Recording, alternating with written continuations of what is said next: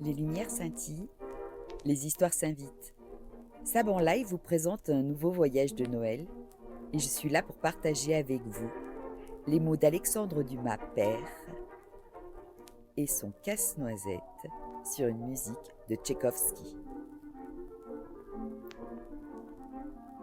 Le rideau se lève à nouveau. Voici la suite du voyage.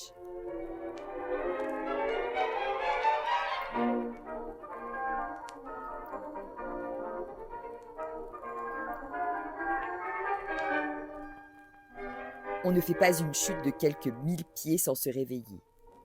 Aussi, Marie se réveilla, et en se réveillant, se retrouva dans son petit lit.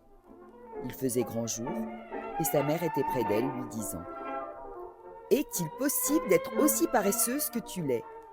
Voyons, réveillons-nous, habillons-nous bien vite car le déjeuner nous attend. »« Ah, chère petite mère, dit Marie en ouvrant grand ses yeux étonnés, où donc m'a conduit cette nuit le jeune monsieur Drosselmayer, et quelles admirables choses ne m'a-t-il pas fait voir ?» Alors Marie raconta tout ce que nous venons de raconter nous-mêmes, et lorsqu'elle eut fini, sa mère lui dit « Tu as fait un bien long et bien charmant rêve, chère petite Marie. Mais maintenant que tu es réveillée, il faudrait oublier tout cela et venir faire ton premier déjeuner. » Mais Marie, tout en s'habillant, persista à soutenir que ce n'était point un rêve et qu'elle avait bien réellement vu tout cela. Sa mère, alors, alla vers l'armoire, prit Casse-Noisette, qui était comme d'habitude sur son troisième rayon, l'apporta à la petite fille et lui dit « Comment peux-tu t'imaginer, folle enfant, que cette poupée qui est composée de bois et de drap puisse avoir la vie, le mouvement et la réflexion ? Mais chère maman, reprit avec impatience la petite Marie, je sais parfaitement, moi, que Casse-Noisette n'est autre que le jeune monsieur Drosselmayer, neveu du parrain. » Alors Marie entendit un grand éclat de rire derrière elle. C'était le président Fitz et mademoiselle Trudchen qui s'en donnaient à cœur joie à ses dépens. « Ah !» s'écria Marie, « ne voilà-t-il pas que tu te moques aussi de mon Casse-Noisette, cher papa ? Il a cependant respectueusement parlé de toi quand nous sommes entrés dans le palais de Massepain et qu'il m'a présenté aux princesses ses sœurs. » Les éclats de rire redoublèrent de telle façon que Marie comprit qu'il lui fallait donner une preuve de la vérité de ce qu'elle avait dit, sous peine d'être traitée comme une folle. Elle passa alors dans la chambre voisine et y prit une petite cassette dans laquelle elle avait soigneusement enfermé les 7 couronnes du roi des souris. Puis elle revint en disant « Tiens, chère maman, voici cependant les couronnes du roi des souris que Casse-Noisette m'a données la nuit dernière en signe de sa victoire. » La présidente, alors pleine de surprise, prit et regarda ces petites couronnes qui, en métal inconnu et fort brillant, étaient ciselées avec une finesse dont les mains humaines n'eussent point été capables. Le président lui-même ne pouvait cesser de les examiner et les jugeait si précieuses que quelles que fussent les instances de Fritz, qui se dressait sur la pointe des pieds pour les voir et qui demandait à les toucher, il ne voulut pas lui en confier une seule. Alors, le président et la présidente se mirent à presser Marie de leur dire d'où venaient ces petites couronnes. Mais elle ne pouvait que persister dans ce qu'elle avait dit. Et quand son père, impatienté de ce qu'il croyait un entêtement de sa part, l'eut appelée menteuse, elle se mit à fondre en larmes et à s'écrier « Hélas, pauvre enfant que je suis, que voulez-vous que je vous dise ?» En ce moment, la porte s'ouvrit. Le conseiller de médecine parut et s'écria à son tour « Mais qu'y a-t-il donc ? Et qu'a-t-on fait à ma filleule Marie, qu'elle pleure, qu'elle sanglote ainsi ? Qu'est-ce que c'est ? Qu'est-ce que c'est donc ?» Le président instruisit le nouveau venu de tout ce qui était arrivé. Et le récit terminé, il lui montra les couronnes. Mais à peine les eut-il vues qu'il se mit à rire. « Ha ha !» dit-il, « la plaisanterie est bonne. Ce sont les 7 couronnes que je portais à la chaîne de ma montre il y a quelques années, et dont je fis présent à ma filleule le jour du 2e anniversaire de sa naissance. Ne vous le rappelez-vous pas, cher président ? » Mais le président et la présidente eurent beau chercher dans leur mémoire, ils n'avaient gardé aucun souvenir de ce fait. Cependant, s'en rapportant à ce que disait le parrain, leurs figures reprirent peu à peu leur expression de bonté ordinaire.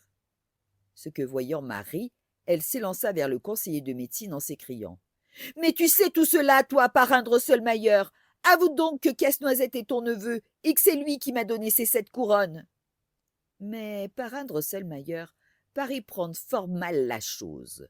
Son front se plissa et sa figure s'assombrit de telle façon que le président, appelant la petite Marie et la prenant entre ses jambes, lui dit: « Écoute-moi, ma chère enfant, car c'est sérieusement que je te parle. Fais-moi le plaisir, une fois pour toutes, de mettre de côté ces folles imaginations, car s'il t'arrive encore de dire que ton vilain et informe Casse-Noisette est le neveu de notre ami le conseiller de médecine, je te préviens que je jetterai non seulement monsieur Casse-Noisette, mais encore toutes les autres poupées, mademoiselle Claire comprise, par la fenêtre. » La pauvre Marie n'osa donc plus parler de toutes les belles choses dont son imagination était remplie. Mais mes jeunes lecteurs, et surtout mes jeunes lectrices, comprendront que lorsqu'on a voyagé une fois dans un pays aussi attrayant que le royaume des poupées, et qu'on a vu une ville aussi succulente que Confiturembourg, ne l'eût-on vu qu'une heure, on ne perd pas facilement un pareil souvenir. Elle essaya donc de parler à son frère de toute son histoire, mais Marie avait perdu toute sa confiance du moment où elle avait osé dire que ses hussards avaient pris la fuite. En conséquence, convaincu sur l'affirmation paternelle que Marie avait menti, Fritz rendit à ses officiers les grades qu'il leur avait enlevés et permit à ses trompettes de jouer de nouveau la marche des hussards de la garde. Réhabilitation qui n'empêcha pas Marie de croire ce qui lui plut sur leur courage. Marie n'osait donc plus parler de ses aventures. Cependant, les souvenirs du royaume des poupées l'assiégeaient sans cesse, et lorsqu'elle arrêtait son esprit sur ses souvenirs, elle revoyait tout, comme si elle eût été encore ou dans la forêt de Noël, ou sur le fleuve d'essence de rose, ou dans la ville de Confiturembourg. De sorte qu'au lieu de jouer comme auparavant avec ses joujoux, elle s'asseyait immobile et silencieuse, tout à ses réflexions intérieures, et que tout le monde l'appelait la petite rêveuse. Mais un jour que le conseiller de médecine, sa perruque de verre posée sur le parquet, sa langue passée dans le coin de sa bouche, les manches de sa redingote jaune retroussée, réparait, à l'aide d'un long instrument pointu, quelque chose qui était désorganisé dans une pendule, il arriva que Marie, qui était assise près de l'armoire vitrée et qui, selon son habitude, regardait Casse-Noisette, se plongea si bien dans ses rêveries que, oubliant tout à coup que non seulement le parrain Drosselmayer, mais encore sa mère était là, il lui échappa involontairement de s'écrier: « Ah, cher monsieur Drosselmayer, si vous n'étiez pas un bonhomme de bois, comme le soutient mon père, et si vous existiez véritablement, que je ne ferais pas comme la princesse Pirlipate, et que je ne vous délaisserais pas parce que, pour m'obliger, vous auriez cessé d'être un charmant jeune homme, car je vous aime véritablement, moi. Ah !» Mais à peine venait-elle de pousser ce soupir qu'il se fit par la chambre un tel tintamarre que Marie se renversa tout évanouie du haut de sa chaise à terre. Quand elle revint à elle, Marie se trouvait entre les bras de sa mère qui lui dit: « Comment est-il possible qu'une grande fille comme toi, je te le demande, soit assez bête pour se laisser tomber en bas de sa chaise, et cela juste au moment où le neveu de monsieur Drosselmayer, qui a terminé ses voyages, vient d'arriver à Nuremberg. Voyons, essuie tes yeux et sois gentille. » En effet, Marie essuya ses yeux, et les tournant vers la porte qui s'ouvrait en ce moment, elle aperçut le conseiller de médecine, sa perruque de verre sur la tête, son chapeau sous le bras, sa redingote jaune sur le dos, qui souriait d'un air satisfait, et tenait par la main un jeune homme très petit, mais fort bien tourné et tout à fait joli. Ce jeune homme portait une superbe redingote de velours rouge, brodée d'or, des bas de soie blanc et des souliers lustrés avec le plus beau vernis. Il avait à son jabot un charmant bouquet de fleurs et était très coquettement frisé et poudré, tandis que derrière son dos pendait une tresse nattée avec la plus grande perfection.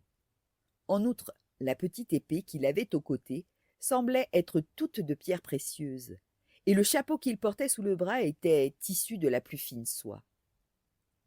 Les mœurs aimables de ce jeune homme se firent connaître sur le champ, car à peine fut-il entré qu'il déposa aux pieds de Marie une quantité de magnifiques joujoux. mais principalement les plus beaux massepains et les plus excellents bonbons qu'elle eût mangés de sa vie. Si ce n'est cependant ceux qu'elle avait goûtés dans le royaume des poupées. Quant à Fritz, le neveu du conseiller de médecine, comme s'il eût pu deviner les goûts guerriers du fils du président, il lui apportait un sabre du plus fin Damas. Ce n'est pas tout.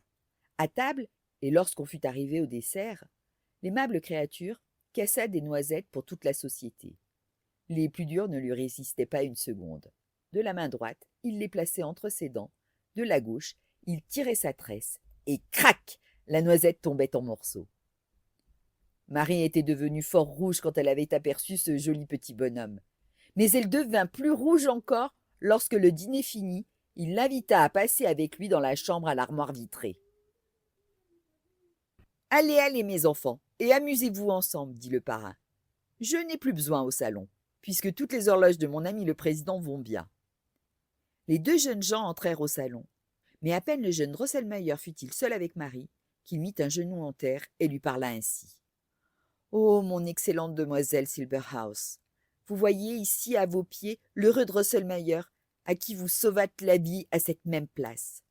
Vous eûtes en outre la bonté de dire que vous ne m'eussiez pas repoussé comme l'a fait la vilaine princesse Pirlipate.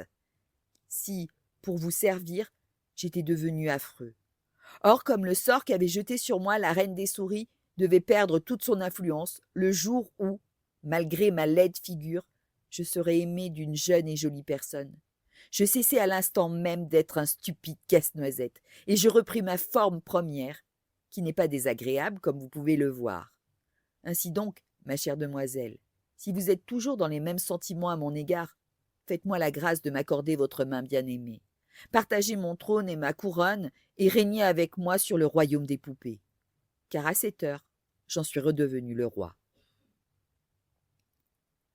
Alors Marie releva doucement le jeune Drosselmayer et lui dit « Vous êtes un aimable et bon roi, monsieur, et comme vous avez avec cela un charmant royaume, orné de palais magnifiques et peuplé de sujets très gais, je vous accepte, sauf la ratification de mes parents pour mon fiancé. » Là-dessus, comme la porte du salon s'était ouverte tout doucement, sans que les jeunes gens y fissent attention, tant ils étaient préoccupés de leurs sentiments, le président, la présidente et le parrain Drosselmayer s'avancèrent, criant « Bravo !» de toute leur force. Ce qui rendit Marie rouge comme une cerise, mais ce qui ne déconcerta nullement le jeune homme, lequel s'avança vers le président et la présidente, et avec un salut gracieux, leur fit un joli compliment, par lequel il sollicitait la main de Marie, qui lui fut accordée à l'instant. Le même jour, Marie fut fiancée au jeune Drosselmayer, à la condition que le mariage ne se ferait que dans 1 an. Au bout d'1 an, le fiancé revint chercher sa femme dans une petite voiture de nacre incrustée d'or et d'argent, traînée par des chevaux qui n'étaient pas plus gros que des moutons, et qui valaient un prix inestimable, vu qu'ils n'avaient pas leur pareil dans le monde. Et il l'emmena dans le palais de Massepain, où ils furent mariés par le chapelain du château, et où 22 000 petites figures, toutes couvertes de perles, de diamants et de pierreries éblouissantes, dansèrent à leurs noces. Si bien qu'à l'heure qu'il est, Marie est encore reine du beau royaume, où l'on aperçoit partout de brillantes forêts de Noël, des fleuves d'orangeade, d'orgeat et d'essence de rose, des palais diaphanes en sucre plus fin que la neige et plus transparent que la glace. Enfin, toutes sortes de choses magnifiques et miraculeuses, pourvu qu'on ait d'assez bons yeux pour les voir. Fin de l'histoire d'un casse-noisette.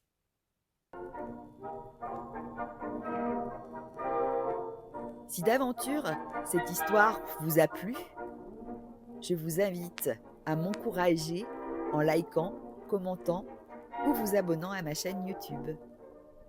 En attendant, je vous souhaite de très belles fêtes de fin d'année et vous dis à très bientôt pour de nouvelles aventures.